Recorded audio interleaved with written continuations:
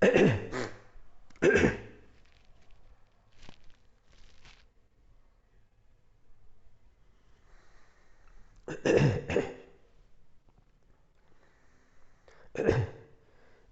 मित्रों, આપણે મૂત્રપિંડની આંતરિક રચનાનો અભ્યાસ કર્યો। આ મૂત્રપિંડની આંતરિક રચનામાં અસંખ્ય મૂત્રપિંડ નલિકા આવેલી છે અને આ મૂત્રપિંડ નલિકાઓ મુખ્યત્વે 4 ભાગની બનેલી છે। અહીંયા મેં તમને એક મૂત્રપિંડ નલિકાની આકૃતિ બતાવી છે। કયા 4 ભાગ આવેલા છે હવે તમે જાણો છો। એક સૌથી પહેલો ઉપરનો આ જે પ્યાલાકાર ભાગ છે એને બાઉમેનનો કપ કહેવાય। બાઉમેનનો કપ અથવા તો કોથળી, બાબુભાઈનો કપ નહીં। પછી ત્યાર પછી આ જે નિકટવર્તી ગૂંચળામય ભાગ છે એને નિકટવર્તી ગૂંચળું કહેવાય। આ નિકટવર્તી ગૂંચળું, આ બીજો ભાગ।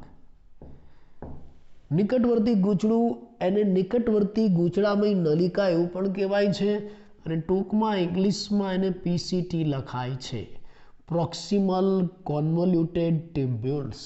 અને આ નિકટવર્તી ગૂંચળામય ભાગ આગળ આવા યુ આકારના હેરપિન આકારના હેલ્લેના પાસમાં ખુલે છે। આ હેલ્લેનો પાસ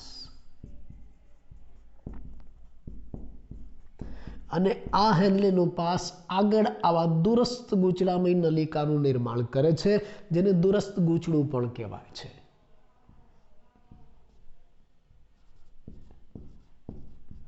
दूरस्थ गूंचड़ू अथवा तो दूरस्थ गूंचड़ामय नलिका, इंग्लिश में टूंक में एने डीसीटी कहवाय छे, डिस्टल कॉन्वोल्यूटेड ट्यूब्यूल्स। आ रीते मूत्रपिंड नलिका मुख्यत्वे 4 भागोनी बनेली छे, बाउमेननो कप, निकटवर्ती गूंचड़ू, हेल्लेनो पास अने दूरस्थ गूंचड़ू।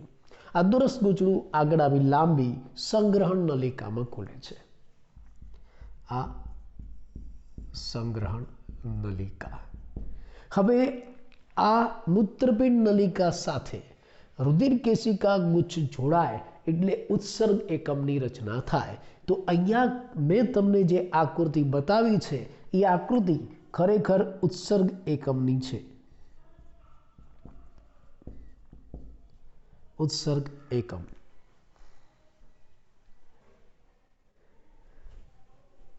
એટલે આ ગૂંચળામય મૂત્રપિંડ નલિકા છે એની સાથે આ રુધિર કેશિકા ગુચ્છ જોડાય। આ રુધિર કેશિકા ગુચ્છ દેખાય છે, મેં લખ્યું है रुधिर केशिका गुच्छ। ओके, आ रुधिर केशिका गुच्छ जोड़ाय એટલે ઉત્સર્ગ એકમની રચના થાય। આ રુધિર કેશિકા ગુચ્છ શાનું બનેલું છે? આ રુધિર કેશિકા ગુચ્છ અંતર્વાહી અને બહિર્વાહી ધમનિકામાંથી બને છે।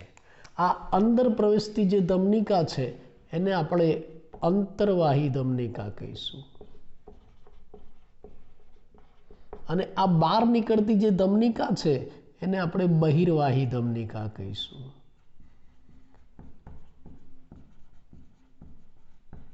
આ રુધિર કેશિકા ગુચ્છ શાનું બનેલું છે? અંતર્વાહી અને બહિર્વાહી ધમનિકાનું। આ બાઉમેનના કપમાંથી બહાર નીકળતી આ જે બહિર્વાહી ધમનિકા છે એ બહાર નીકળીને આ જે મૂત્રપિંડ નલિકા છે એની આસપાસ આવું રુધિર કેશિકાનું જાળું બનાવે છે। આ રહ્યું, આ જો આ બહિર્વાહી ધમનિકા અહીંથી બહાર નીકળીને આખી જે મૂત્રપિંડ નલિકા છે એની આજુબાજુ આવું રુધિર કેશિકાનું જાળું બનાવે છે, જે મેં તમને બ્લુ કલરમાં બતાવ્યું છે, જેને પેરીટ્યુબ્યુલર કેશિકા કહેવાય છે। આ રુધિર કેશિકાનું જાળું છે ને એને પેરીટ્યુબ્યુલર કેશિકા કહેવાય છે। ટ્યુબ્યુલર કેશિકા, પેરીટ્યુબ્યુલર કેશિકા કહેવાય। અને આ જે રુધિર કેશિકાનું જાળું છે ને એમાંની એક વાહિકા છે ને આ હેલ્લેના પાસને સમાંતર જાય છે, જો આર્યા અને યુ આકારની બને છે। આર્યા આ એક વાહિકા તમે જુઓ હેલ્લેના પાસને લગભગ સમાંતર જાય છે અને આ રીતે યુ આકાર બનાવે છે, જેને વાસા રેક્ટા કહેવાય છે। આ વાસા રેક્ટા એટલે હેલ્લેના પાસને સમાંતર પેરીટ્યુબ્યુલર કેશિકાની એક વાહિકા છે જેને આપણે શું કહીશું? વાસા રેક્ટા કહીશું।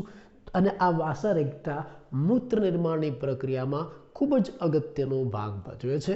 તો આ થયું આ એક ઉત્સર્ગ એકમ. અને મૂત્રપિંડની અંદર આવા અસંખ્ય ઉત્સર્ગ એકમો, લાખોની સંખ્યામાં ઉત્સર્ગ એકમો ગોઠવાયેલા છે.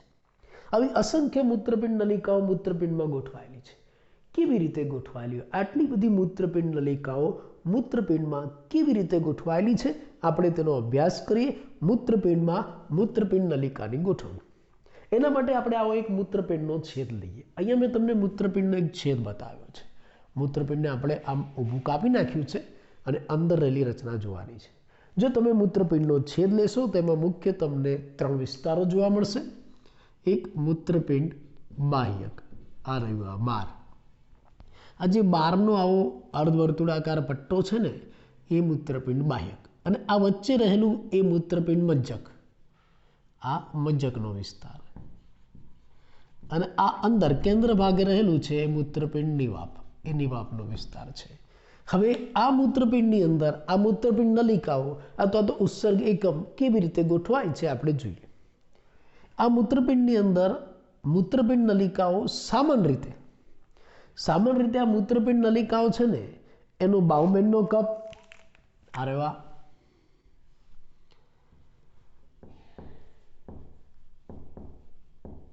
બાઉમેનનો કપ સામાન્ય રીતે મૂત્રપિંડમાં મૂત્રપિંડ નલિકાનો બાઉમેનનો કપ, આ નિકટવર્તી ગૂંચળું, ટૂંકમાં હું લખું છું પીસીટી, આ દૂરસ્થ ગૂંચળું, ટૂંકમાં હું લખું છું ડીસીટી. સામાન્ય રીતે મૂત્રપિંડમાં મૂત્રપિંડ નલિકાનો બાઉમેનનો કપ, પીસીટી અને ડીસીટી એ મૂત્રપિંડના બાહ્યકના વિસ્તારમાં આવેલું હોય. એટલે સામાન્ય રીતે બાઉમેનનો કપ, નિકટવર્તી ગૂંચળું અને દૂરસ્થ ગૂંચળું મૂત્રપિંડના બાહ્યકના વિસ્તારમાં હોય છે. જો મેં એવું દોરીને બતાવ્યું છે, આને તમે જુઓ. આ બાઉમેનનો કપ છે, આ નિકટવર્તી ગૂંચળું છે, આ દૂરસ્થ ગૂંચળું છે, બધું ક્યાં આવેલું છે? બાહ્યકમાં આવેલું છે, મૂત્રપિંડના બાહ્યકમાં. અને આ જે હેન્લેનો પાસ છે ને, એ ક્યાં આવેલો છે? મજ્જકમાં આવેલો છે. હેન્લેનો પાસ, હેન્લેનો પાસ એ મજ્જકમાં છે, બરાબર ને? એટલે સામાન્ય રીતે આ મૂત્રપિંડ નલિકાઓ મૂત્રપિંડમાં કેવી રીતે ગોઠવાય છે?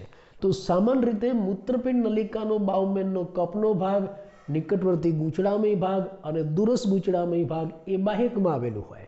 અને આ જે હેન્લેનો પાસ છે એ મજ્જકમાં આવેલો હોય. અને આ જે સંગ્રહણ નલિકા છે, તમે જો લાંબી છે, છેક બાહ્યકથી ચાલુ થાય છે, મજ્જકમાંથી પસાર થાય છે અને નિવાપમાં ખુલે છે. સંગ્રહણ નલિકા લાંબી છે, બાહ્યકથી શરૂ થાય, મજ્જકમાંથી પસાર થાય અને નિવાપમાં ખુલે છે. તો આ રીતે મૂત્રપિંડમાં મૂત્રપિંડ નલિકાઓ ગોઠવાયેલી છે. પણ આમાંની 15% મૂત્રપિંડ નલિકાઓ છે ને, એમાં ઉત્સર્ગ એકમ, આવી 15% મૂત્રપિંડ નલિકાઓ અથવા તો ઉત્સર્ગ એકમ છે મૂત્રપિંડમાં, એ મોટા કદની હોય છે. અને એમાં આ હેન્લેનો પાસ લાંબો હોય છે અને મજ્જકમાં ઊંડે સુધી પ્રસરેલો હોય છે. આકૃતિમાં મેં બતાવી રીતે, જેને આપણે જક્સ્ટા મેડ્યુલરી નેફ્રોન કહીશું.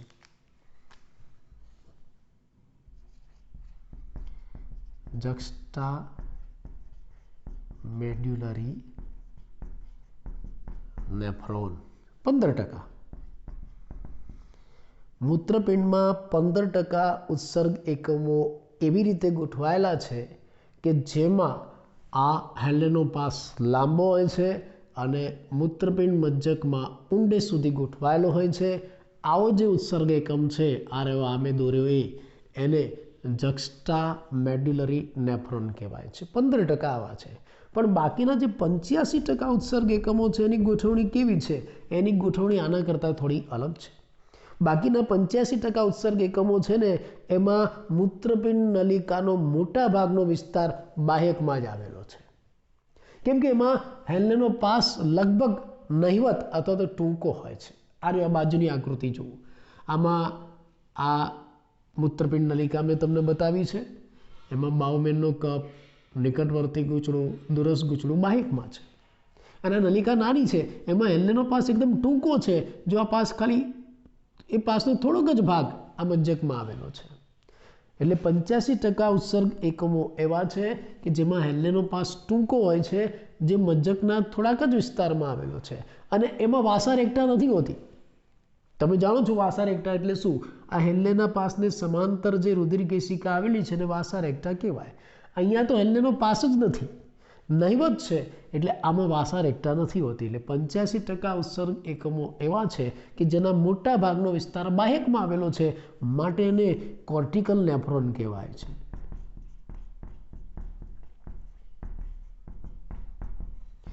બાહ્ય ઉત્સર્ગ એકમ.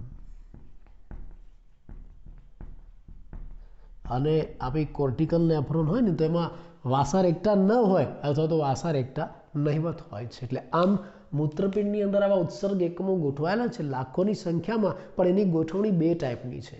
એની ગોઠવણીના આધારે એના બે પ્રકાર પડે છે, જક્સ્ટા મેડ્યુલરી અને કોર્ટિકલ નેફ્રોન. 85% કોર્ટિકલ નેફ્રોન છે, જેમાં આ હેલ્લેનો પાસ ટૂંકો હોય છે અને વાસારેખતા લગભગ નથી હોતી અથવા તો નહીવત હોય છે. ત્યારે 15% ઉત્સર્ગ એકમો એવા છે કે જેમાં આ હેલ્લેનો પાસ લાંબો છે અને મજ્જકમાં ઊંડા ભાગ સુધી ગોઠવાયેલો છે, જેને જક્સ્ટા મેડ્યુલરી નેફ્રોન કહેવાય છે. આ રીતે મૂત્રપિંડની અંદર આ બે પ્રકારના ઉત્સર્ગ એકમો આવેલા છે, જક્સ્ટા મેડ્યુલરી અને કોર્ટિકોલ. અને આ બધા ઉત્સર્ગ એકમો ભેગા મળીને મૂત્રપિંડમાં મૂત્ર નિર્માણનું મુખ્ય કાર્ય કરે. તો પ્રશ્ન થાય કે આ મૂત્ર નિર્માણનું કાર્ય કેવી રીતે થતું હશે? ચાલો આપણે એનો ડિટેલમાં અભ્યાસ કરીએ. પરીક્ષામાં પૂછાતી એક અગત્યની થિયરી મૂત્ર નિર્માણ કેવી રીતે થાય આપણે એને સમજીએ.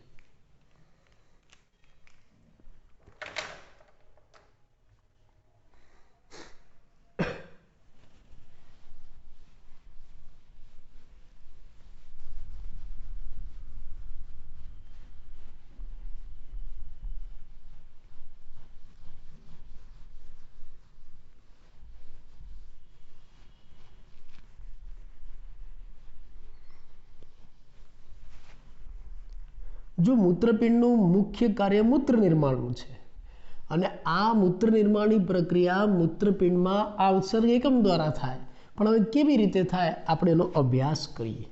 મૂત્ર નિર્માણની પ્રક્રિયા.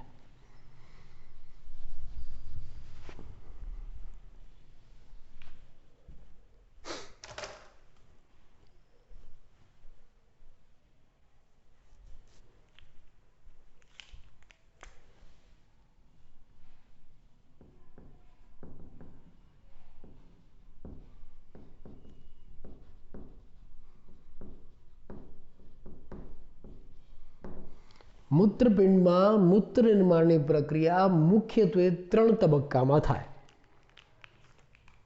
એક પહેલો તબક્કો દાબ ગાળણ, અથવા તો એને બીજું નામ આપવામાં આવે છે રુધિર કેશિકા ગુચ્છ ગાળણ.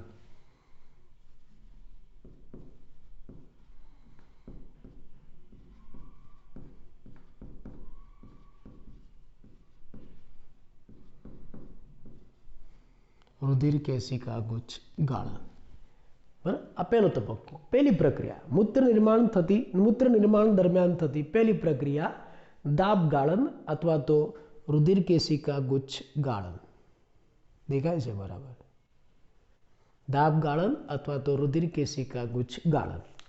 બીજી પ્રક્રિયા પુનઃશોષણ.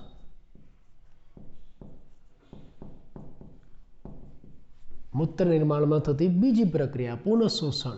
અને ત્રીજી પ્રક્રિયા છે સ્ત્રાવ. આ 3 પ્રક્રિયાના અંતે મૂત્રપિંડમાં મૂત્ર નિર્માણ થાય. કઈ 3 પ્રક્રિયા? દાબ ગાળણ, પુનઃશોષણ અને સ્ત્રાવ. હવે આમાં શું બને છે ચાલો ક્રમશઃ આપણે જોઈએ. સૌથી પહેલા આપણે દાબ ગાળણની વાત કરીશું.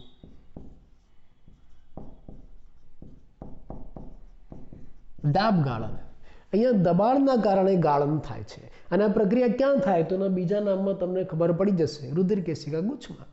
આ દાબ ગાળણની પ્રક્રિયા આ રુધિર કેશિકા ગુચ્છમાં થાય છે. રુધિર કેશિકા ગુચ્છમાં દબાણ લાગે છે, એના કારણે રુધિર ગળાય છે. આ મૂત્ર નિર્માણનો પ્રથમ તબક્કો છે.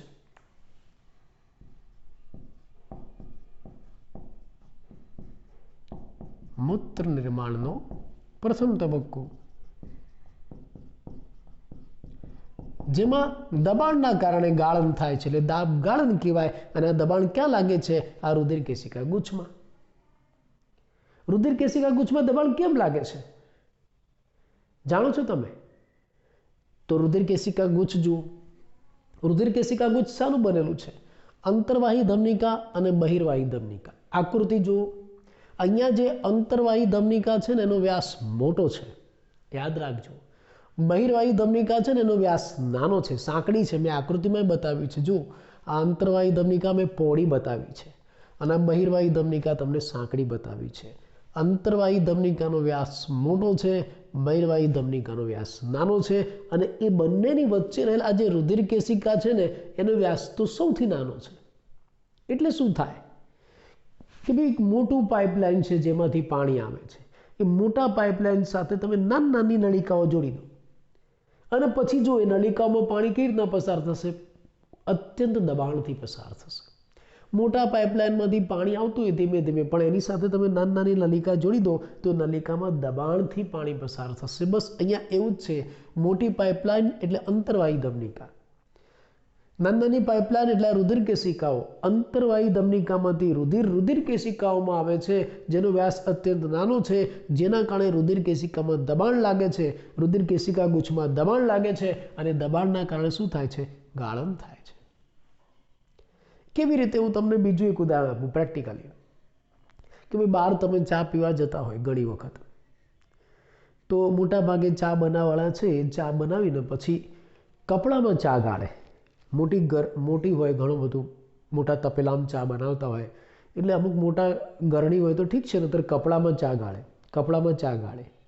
અને પછી છેલ્લે તમે જોજો સાણસીની મદદથી કપડાને દબાવીને આમ નીચવે છે, એટલે ચા બધું ગળાઈને તપેલીમાં આવી જાય છે. ચાની ભૂકીને બીજું બધો મસાલો ને બધું અંદર કપડામાં રહી જાય છે. આ દબાવ્યું એટલે ગળાઈ ગયું, દાબ ગાળણ. એને કપડું છે એ કપડાને દબાવ્યું એટલે અંદરથી ચા ગળાઈ ગયો. બસ અહીંયા એવું જ છે. અહીંયા દબાણ લાગ્યું, અંદર દબાણ લાગ્યું, રુધિર કેશિકા ગુચ્છમાં દબાણ લાગ્યું એટલે રુધિર ગળાઈ જશે. એ રુધિર ગળાઈને ક્યાં આવશે? આ બાહુબિંદના કપના પોલાણમાં. જેમ અહીંયા કપડાને દબાવ્યું એટલે અંદર એનો ચા ગળાઈ ગયો, પણ શેમાંથી ગળાઈ ગયો? કપડામાંથી. અહીંયા આ રુધિર કેશિકા ગુચ્છમાં દબાણ લાગે છે, એ દબાણના કારણે રુધિર ગળાઈ જશે, પણ શેમાંથી ગળાશે? જાણો છો તમે?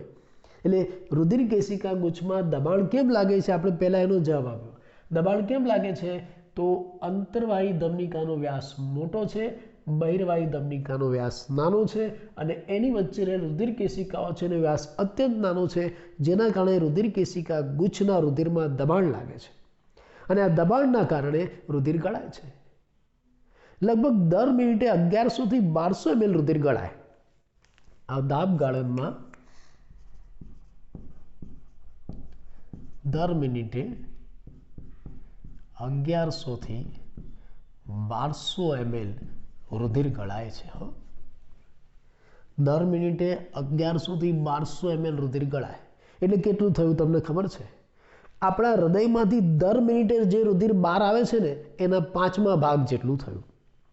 આપણા હૃદયમાંથી ક્ષેપક દ્વારા દર મિનિટે જે રુધિર બહાર આવે છે એના 5મા ભાગ જેટલું થયું. આપણા હૃદયમાંથી દર મિનિટે કેટલું રુધિર બહાર આવે? લગભગ 5000 આસપાસ.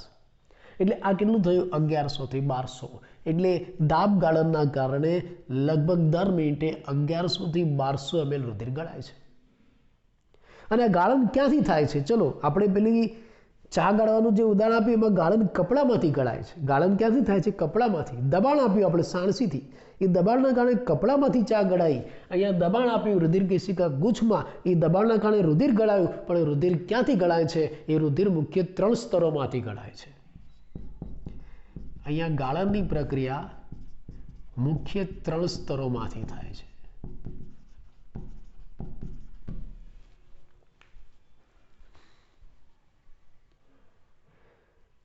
ગાળણની પ્રક્રિયા મુખ્ય 3 સ્તરોમાંથી થાય છે. કયા 3 સ્તર?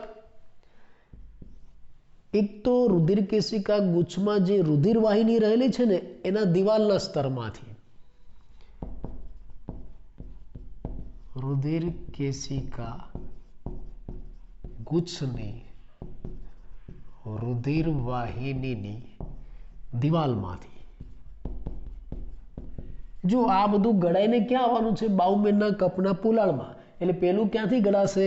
આ રુધિર કેશિકા ગુચ્છની રુધિર વાહિનીની દિવાલમાંથી. પછી બીજું વચ્ચે શું આવશે? આ રુધિર કેશિકા ગુચ્છ અને આ બાઉમેનનો કપ છે ને એની વચ્ચે પણ થોડું પ્રવાહી રહેલું છે, આધાર કલા. આધાર કલા અથવા તો આધારક સ્તર. આધારક સ્તર એમાંથી ગળાશે. અને ત્રીજું આ બાઉમેનના કપની દિવાલના બહારના સ્તરમાંથી. એટલે બાઉમેનના કપની દિવાલના અધિસ્તરમાંથી. એટલે રુધિર કેશિકા ગુચ્છમાં દબાણ લાગે છે, એ દબાણના કારણે રુધિર ગળાય છે અને એ રુધિર 3 સ્તરોમાંથી ગળાય છે. પહેલું આ રુધિર કેશિકાની દિવાલ, બીજું એની વચ્ચે રહેલ આધાર કલા અને ત્રીજું બાઉમેનના કપની દિવાલના અધિસ્તરમાંથી. આ 3 સ્તરોમાંથી રુધિર ગળાઈને ક્યાં આવશે? બાઉમેનના કપના પોલાણમાં. કેવી રીતે? ચાલો આપણે આકૃતિ દ્વારા સમજીએ. માની લો કે આ રુધિર કેશિકા ગુચ્છ છે ને એક રુધિર કેશિકા હું બહાર કાઢીને મોટી કરીને બતાવું. ચલો આ એક રુધિર કેશિકા, આ રુધિર કેશિકા, ચલો જેમાંથી રુધિર પસાર થાય છે.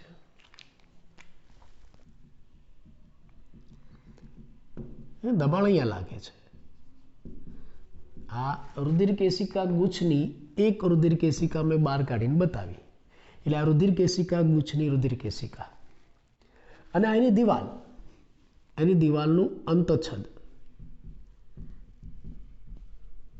તમે જાણો છો કે રુધિર કેશિકાની દિવાલ એક જ સ્તરની બનેલી છે, લાદીસમ અધિચ્છદ પેશી અંતછદની. તો આ રુધિર કેશિકાની દિવાલ છે એના અંતછદમાંથી રુધિર ગળાશે. પહેલું. બીજું આ રુધિર કેશિકા અને બાઉમેનના કપની વચ્ચે આવું પ્રવાહી વાળો ભાગ રહેલો છે જેને આધાર કલા કહેવાય છે. આ આધાર કલા. અને ત્રીજું આ બાઉમેનના કપનું અધિસ્તર.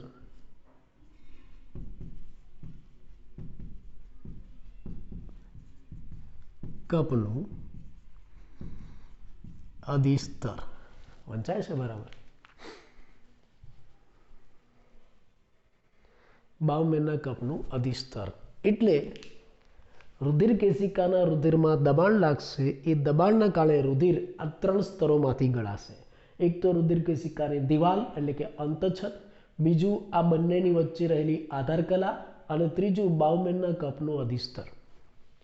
ચલો આ જે રુધિર કેશિકાની જે દિવાલ છે ને એ તો લાદીસમ અધિચ્છદ પેશીની બનેલી છે. એકદમ પાતળું હોય એટલે એમાં સામાન્ય રીતે પ્રવાહી બહાર નીકળી જાય એટલે એમાં કોઈ વાંધો નથી. પછી બીજું જે આધાર કલા છે ને એ પ્રવાહીમય સ્તર છે એટલે એમાંથી પણ રુધિર બહાર નીકળી જાય, કોઈ વાંધો નહીં. પણ ત્રીજું આ બાઉમેનના કપનું અધિસ્તર એ તો અધિચ્છદીય કોષોનું બનેલું છે, તો એમાંથી રુધિર કેવી રીતના ગળાશે? તો આ બાઉમેનના કપનું જે અધિસ્તર છે ને એ વિશિષ્ટ પ્રકારના અધિચ્છદીય કોષોનું બનેલું છે જેને પોડોસાઇટ કહેવાય છે. આ પોડોસાઇટ છે.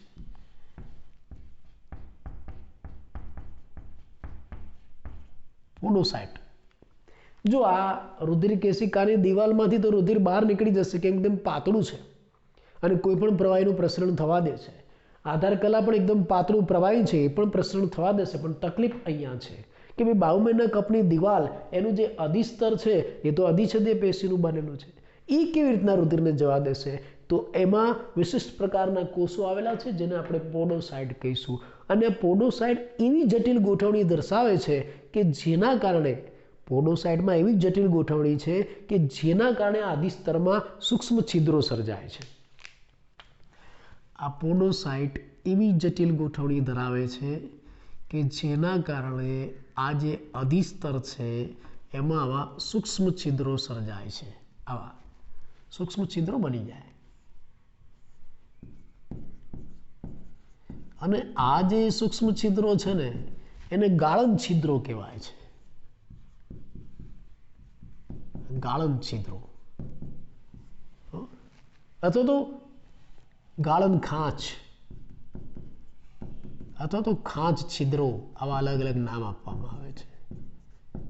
બરાબર. એટલે આ છિદ્રોના કારણે આ બાઉમેનના કપના અધિસ્તરમાંથી પણ રુધિર ગળાઈ જશે. એટલે આમ રુધિર કેશિકા ગુચ્છમાં દબાણ લાગે છે, એ દબાણના કારણે રુધિર ગળાય છે. રુધિર કયા 3 સ્તરોમાંથી ગળાય? એક તો આ રુધિર કેશિકાની દિવાલ, બીજું આધાર કલા અને ત્રીજું બાઉમેનના કપનું અધિસ્તર. બાઉમેનના કપના અધિસ્તરમાંથી કેમ ગળાય છે? કેમ કે આમાં સૂક્ષ્મ છિદ્રો છે. તો આ રીતે આ 3 સ્તરમાંથી પસાર થઈને રુધિર છેલ્લે ક્યાં આવશે? બાઉમેનના કપના પોલાણમાં. આ 3 સ્તરમાંથી પસાર થઈને રુધિર છેલ્લે ક્યાં આવ્યું? બાઉમેનના કપના પોલાણમાં. એટલે બાઉમેનના કપના પોલાણમાં આપણને શું મળે છે? ગાળણ મળે છે. બાઉમેનના કપના પોલાણમાં આપણને રુધિર કેશિકા ગુચ્છમાંથી ગળાઈને આવેલું ગાળણ મળે છે. જેમ પેલો ચાની કીટલી વાળો પેલા કપડાને દબાવીને તમને તપેલીમાં ગાળણ આપે છે, એમાં ગળાઈને આવેલું ગાળણ મળે છે. આ ગાળણ કેટલું હોય? આ ગાળણ કેટલું છે? બંને મૂત્રપિંડોનું થઈને લગભગ દરેક મિનિટે 125 ml ગાળણ તૈયાર થાય.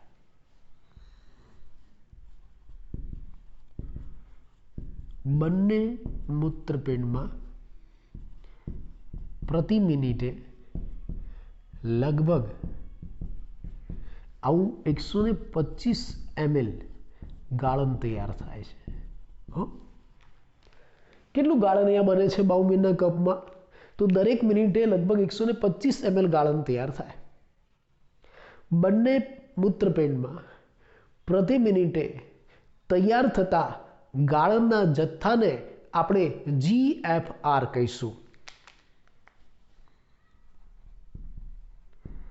બંને મૂત્રપિંડો દ્વારા પ્રતિ મિનિટે તૈયાર થતા ગાળણના જથ્થાને GFR કહેવાય છે. GFR ગ્લોમેરુલર ફિલ્ટ્રેશન રેટ એનું આખું નામ. Glomerular filtration rate. Glomerular filtration rate GFR Gujarati કરવું હોય તો રુધિર કેશિકા ગુચ્છ ગાળણ દર.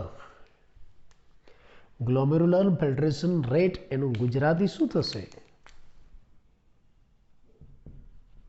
રુધિર કેશિકા ગુચ્છ ગાળણ દર. દેખાય છે?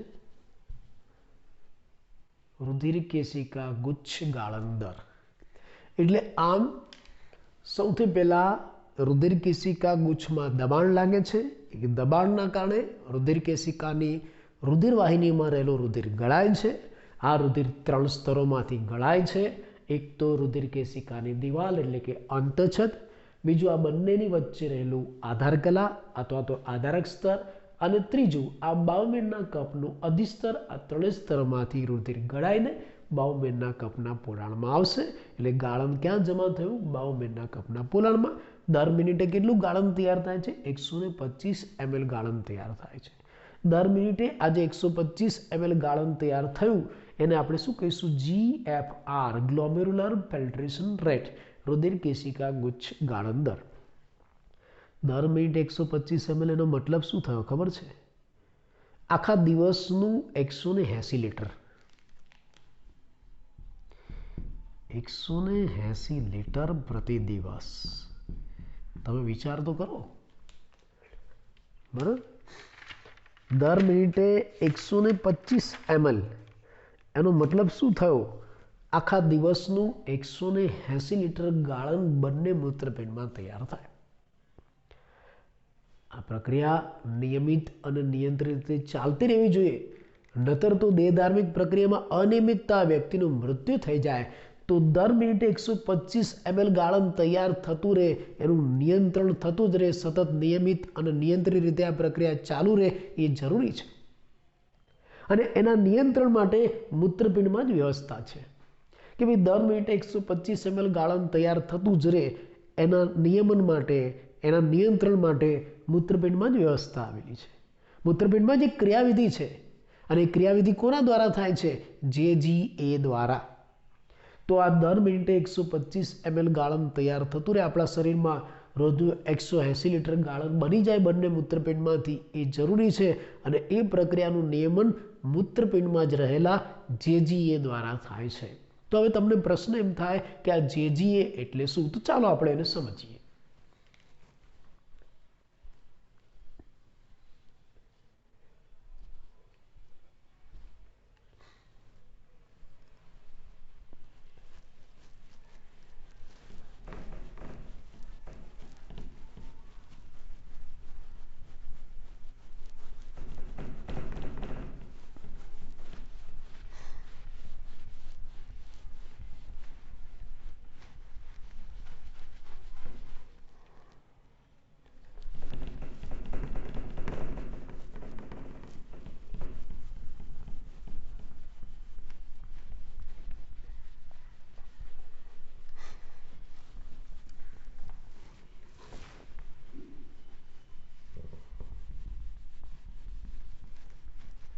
જેજી એટલે શું આપણે એને સમજીએ, એ શું છે, ક્યાં આવેલું છે અને કેવી રીતે પ્રક્રિયાનું નિયંત્રણ કરે છે આપણે એનો અભ્યાસ કરીએ। આ જેજીએ આ થિયરીમાં પણ આવે છે અને આગળ એક થિયરીમાં પણ આવે છે, આપણે બંનેને સાથે સમજી લઈએ।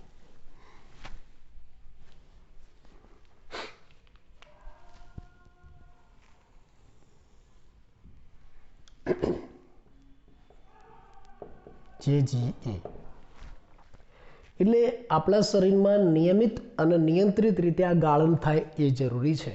આ ગાળણનો દર જળવાય એ પણ જરૂરી છે અને એનું નિયંત્રણ કરવા માટે મૂત્રપિંડની અંદર જ વ્યવસ્થા છે અને વ્યવસ્થા કઈ છે? જેજીએ, ગ્લોમેરુલર જક્સ્ટા ગ્લોમેરુલર એપરેટસ, આખું એનું નામ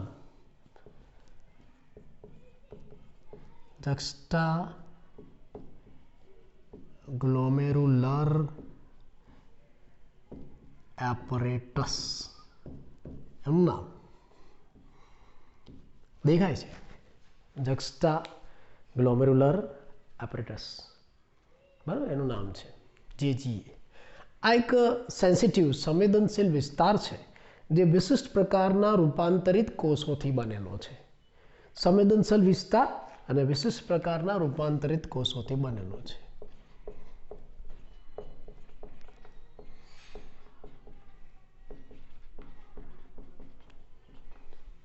અને કોષોના રૂપાંતરણથી બનેલો છે।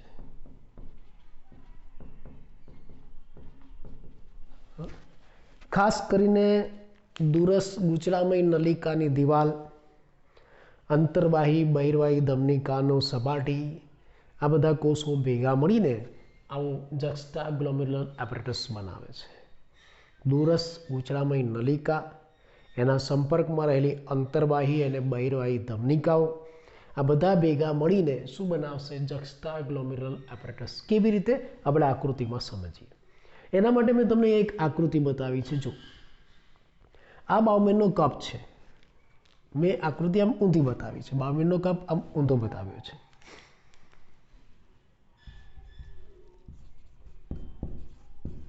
બાઉમેનનો કપ, આ બાઉમેનનો કપ છે, બરાબર।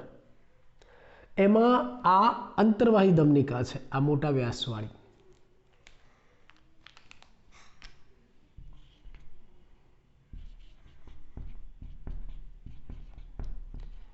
અંતર્વાહી ધમનિકા, આ બહાર નીકળતી બહિર્વાહી ધમનિકા નાના વ્યાસવાળી,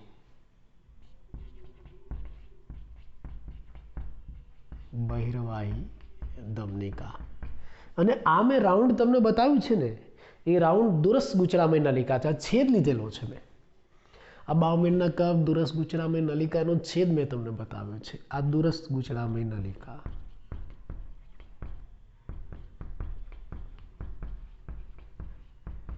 આ દુરસ ગુચલામય નલિકા, અંતર્વાહી બહિર્વાહી ધમનિકા, એના જ કોષો વિશિષ્ટ રીતે રૂપાંતરિત થઈને જેજીએ બનાવે છે, જક્સ્ટા ગ્લોમેરુલર એપરેટસ બનાવે છે। હવે જો આમાં શું બને છે આપણે જોઈએ। આ જે અંતર્વાહી અને બહિર્વાહી ધમનિકા છે ને, બંનેની બહારની સપાટીએ સરળ સ્નાયુ સ્તર છે, સરળ સ્નાયુ પેશીના કોષો છે, આ બહાર રહ્યા। જક્સ્ટા આ અંતર્વાહી અને બહિર્વાહી ધમનિકાની સપાટી ઉપર આવા સાદા લીસા સ્નાયુ કોષો આવેલા છે બહારની સપાટી ઉપર. આ બહારની સપાટી ઉપર એ સાદા લીસા સ્નાયુ કોષો છે એ થોડા ફૂલે છે, મોટા બને છે અને એમાં વિશિષ્ટ કણિકાઓની જમાવટ થાય છે, વિશિષ્ટ રીતે રૂપાંતરિત થાય છે અને એ કોષોને આપણે જેજી કોષો કહીશું.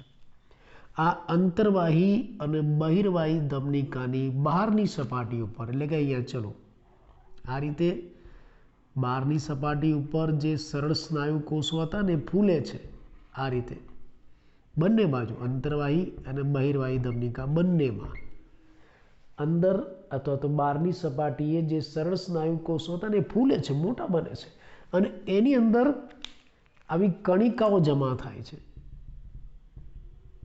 કણિકામય રચના જમા થાય છે. આ બાજુ પણ થાય છે ને આ બાજુ બંને સાઈડ અહીંયા પણ થાય, અહીંયા પણ આવા કોષો બને, બંને સપાટીએ બને. હા, અને આ જે કોષો વિશિષ્ટ રીતે રૂપાંતરિત થયા અંતર્વાહી અને બહિર્વાહી ધમનિકાના સરળ સ્નાયુ કોષો વિશિષ્ટ રીતે આ જે રૂપાંતરિત થયા એને જેજી કોષો કહેવાય છે. જેજી કોષો, જક્સ્ટા ગ્લોબ્યુલર સેલ્સ. જક્સ્ટા એટલે નિયર, નજીક, ગ્લોબ્યુલર એટલે રુધિર કેશિકા ગુચ્છ, રુધિર કેશિકા ગુચ્છની નજીક રહેલા કોષો. એટલે આ અંતર્વાહી અને બહિર્વાહી ધમનિકા છે એની સપાટી ઉપર રહેલા સરળ સ્નાયુ કોષો છે વિશિષ્ટ રીતે રૂપાંતર પામે છે, ફૂલે છે, મોટા બને છે અને એની અંદર કણિકાનો સંગ્રહ થાય છે. આવા કોષોને આપણે જેજી કોષો કહીશું. હવે જેજી કોષોમાં આ જે કણિકાઓ છે ને એટલે એક જેજી કોષો, આ જેજી કોષોમાં જે કણિકાઓ છે ને એ કણિકાઓમાં નિષ્ક્રિય રેનિન ઉત્સેચક આવેલો છે.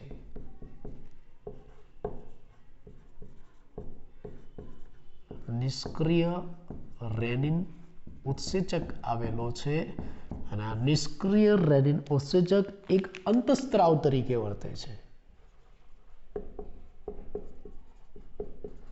જ્યારે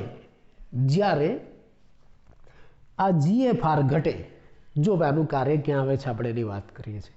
જ્યારે GFR ઘટે, ગ્લોબ્યુલર ફિલ્ટ્રેશન રેટ ઘટે, રુધિર કેશિકા ગુચ્છ ગાળણનો દર ઘટે, એટલે આ ગાળણ ઘટે ત્યારે આ જેજી કોષો સક્રિય થાય છે. દેખાય છે ને મેં દોર્યું તમને? ઓકે, ત્યારે આ જેજી કોષો સક્રિય થાય છે અને એમાં રહેલી જે આ કણિકાઓ છે એ કણિકાઓમાંથી રેનિન ઉત્સેચકનો, રેનિન અંતઃસ્ત્રાવનો સ્ત્રાવ થાય છે, સક્રિય બને છે. આ રેનિન સક્રિય બને ક્યારે? જ્યારે GFR ઘટે. GFR ઘટે ત્યારે આ જેજી કોષોમાં રહેલ રેનિન સક્રિય બને છે, મુક્ત થાય છે અને રેનિન શું કરે છે? એ રેનિન આ રુધિરમાં રહેલ એન્જિયોટેન્સિનોજન, રુધિરમાં એન્જિયોટેન્સિનોજન નામનો ઘટક હોય, એ રુધિરમાં રહેલ એન્જિયોટેન્સિનોજન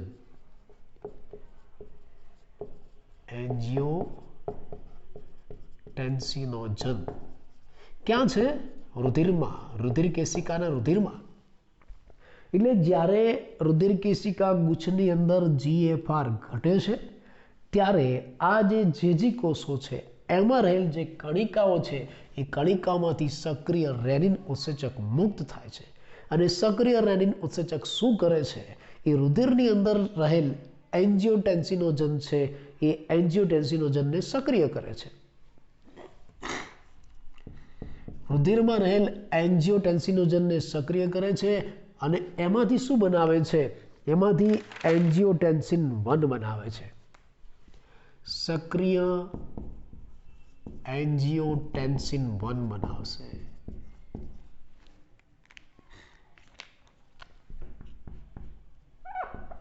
સક્રિય એન્જિયોટેન્સિન 1 અને સક્રિય એન્જિયોટેન્સિન 1 આગળ જતા એન્જિયોટેન્સિન 2 માં ફેરવાશે.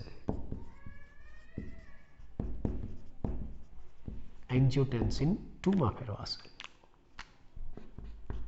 અને આ એન્જિયોટેન્સિન 2 શું કરશે? આ એન્જિયોટેન્સિન 2 છે ને એ અત્યંત વાહિની સંકોચક છે, એટલે રુધિર વાહિનીનું સંકોચન કરાવશે જેથી રુધિર દાબ વધે, અને રુધિર દાબ વધે ને એટલે શું થાય, રુધિર દાબ વધે એટલે GFR વધે, ફરી પાછું GFRમાં વધારો આવી જાય છે. સાથે સાથે આ એન્જિયોટેન્સિન 2 છે, એક બીજું કામ પણ કરે છે. એન્જિયોટેન્સિન 2 છે ને એ એડ્રિનલ બાહ્યકને અસર કરે છે.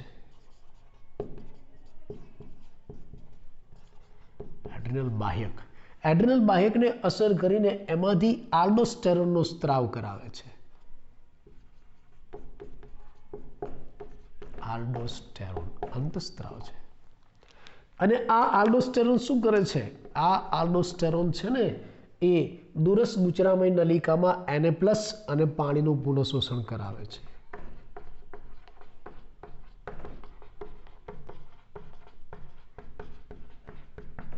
દુરસ ગુચરામય નલિકામાં Na+ અને પાણીનું પુનઃશોષણ કરાવે છે.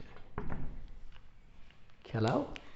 એટલે આ રુધિરકેશિકા ગુચ્છમાંથી જે ગાળન થયું, દર મિનિટે 125 ml ગાળન થવું જોઈએ, આટલો GFR હોવો જોઈએ, પણ એમાં જો વધઘટ થાય ને તો એનું નિયંત્રણ કરવા માટે આવા વિશિષ્ટ પ્રકારના JG કોષો આવેલા છે, જે શામાંથી બન્યા છે, અંતર્વાહી અને બહિર્વાહી ધમનિકાની સપાટીમાંથી એમાં રહેલા સરળ સ્નાયુ કોષોમાંથી રૂપાંતરિત થઈને બનેલા છે. અને એ કોષોની અંદર આવું નિષ્ક્રિય રેનિન ઉત્સેચક છે. જ્યારે GFR ઘટે ને ત્યારે આ સક્રિય થાય અને રુધિરમાં રહેલ એન્જિયોટેન્સિનોજનને એન્જિયોટેન્સિન 1 અને પછી આગળ જતા એન્જિયોટેન્સિન 2 માં ફેરવે છે. આ એન્જિયોટેન્સિન 2 શું કરે, એ અત્યંત વાહિની સંકોચક છે. રુધિર વાહિનીમાં સંકોચન પ્રેરે, રુધિર દાબ વધે અને GFR વધે. સાથે આ એક બીજું કામ પણ કરે છે, આ એડ્રિનલ બાહ્યક ગ્રંથિને ઉત્તેજિત કરે છે, આલ્ડોસ્ટેરોનનો સ્ત્રાવ કરાવે છે, જે દુરસ ગુચરામય નલિકામાંથી Na+ અને પાણીનું પૂર્ણ શોષણ કરાવે, જેના કારણે પણ GFR વધે. આ જે આખી જટિલ પ્રક્રિયા થઈને એને રાસ કહેવાય છે. અહીંયા રાસ લેવામાં આવે છે,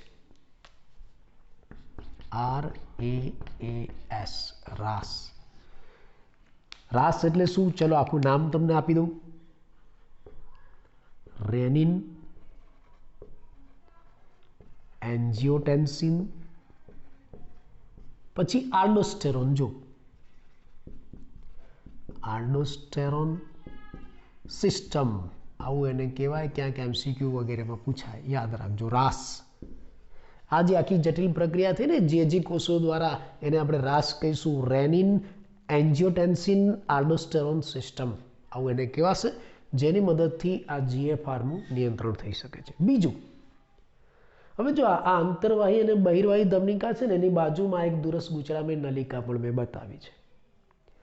હવે આ દુરસ ગુચરામય નલિકા છે એની અંદર આવું અધિચ્છદ છે.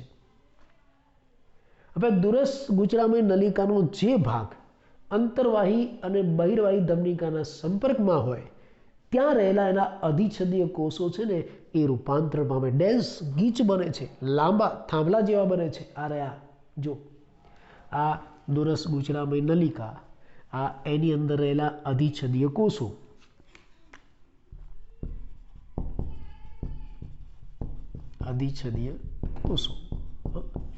આ દુરસ ગુચરામય નલિકાનો છેદ, આ એની અંદર રહેલા અધિચ્છદીય કોષો. હવે આ દુરસ ગુચરામય નલિકાના જે અધિચ્છદીય કોષો છે એમાંથી જે અધિચ્છદીય કોષો આ અંતર્વાહી અને બહિર્વાહી ધમનિકાના સંપર્કમાં છે એ આ રીતે વિશિષ્ટ રીતે રૂપાંતર પામે. જો આવા લાંબા બની જાય, ગીચ બની જાય, સ્તંભાકાર બની જાય, જેને આપણે મેક્યુલા ડેન્સા સેલ્સ કહીશું.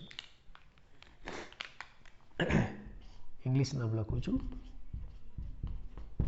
મેક્યુલા ડેન્સા કોષો. સેલ એટલે કોષો, જેને આપણે મેક્યુલા ડેન્સા કોષો કહીશું. આ મેક્યુલા ડેન્સા કોષો કેમો રિસેપ્ટર તરીકે વર્તે છે, રસાયણ સંદેશાગ્રાહક તરીકે વર્તે છે અને જે કોષોને માહિતી આપે છે કે ભાઈ કંઈ ફેરફાર થયો GFRમાં, તો પહેલી કોને ખબર પડશે, આ મેક્યુલા ડેન્સા સેલ્સને, કે ભાઈ ફેરફાર થયો, અને કેમો રિસેપ્ટર તરીકે વર્તે છે એટલે એને પહેલાં ખબર પડશે. અને પછી એ માહિતી કોને આપશે, જે કોષોને, એટલે જે કોષો પોતાનું કામ ચાલુ કરી દેશે. એટલે આ જે જક્સ્ટા ગ્લોમેરુલર એપરેટસ છે ને, એ જક્સ્ટા ગ્લોમેરુલર એપરેટસ એ આ જેજી કોષો, બીજા આ મેક્યુલા ડેન્સ કોષો,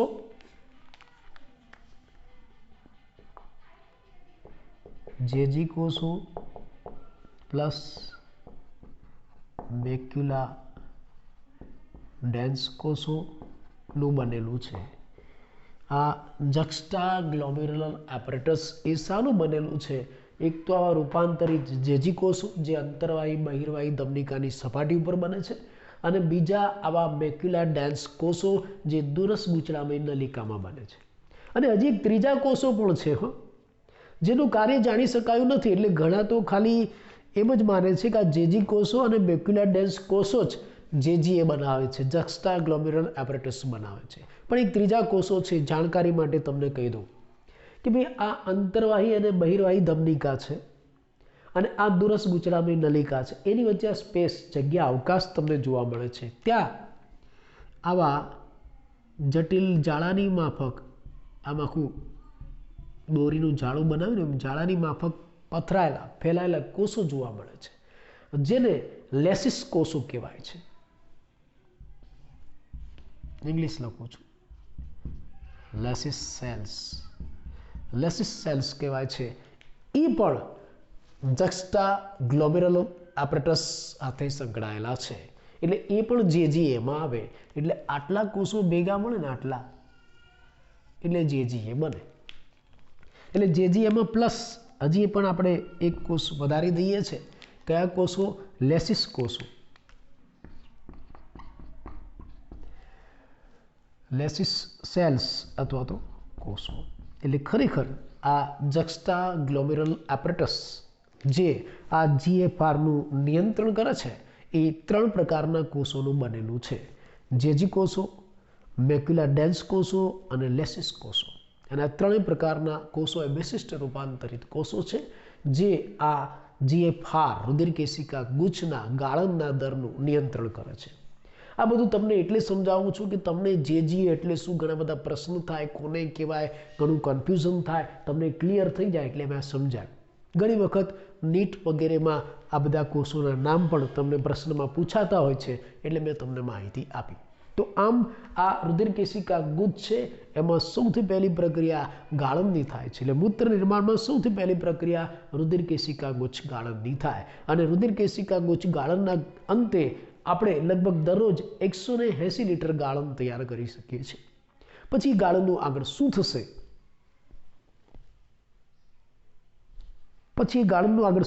આપણે નેક્સ્ટ લેક્ચરમાં જોઈશું. એની પહેલા આજે આપણે જે સમજ્યા એનું ટૂંકમાં રિવિઝન કરી લઈએ.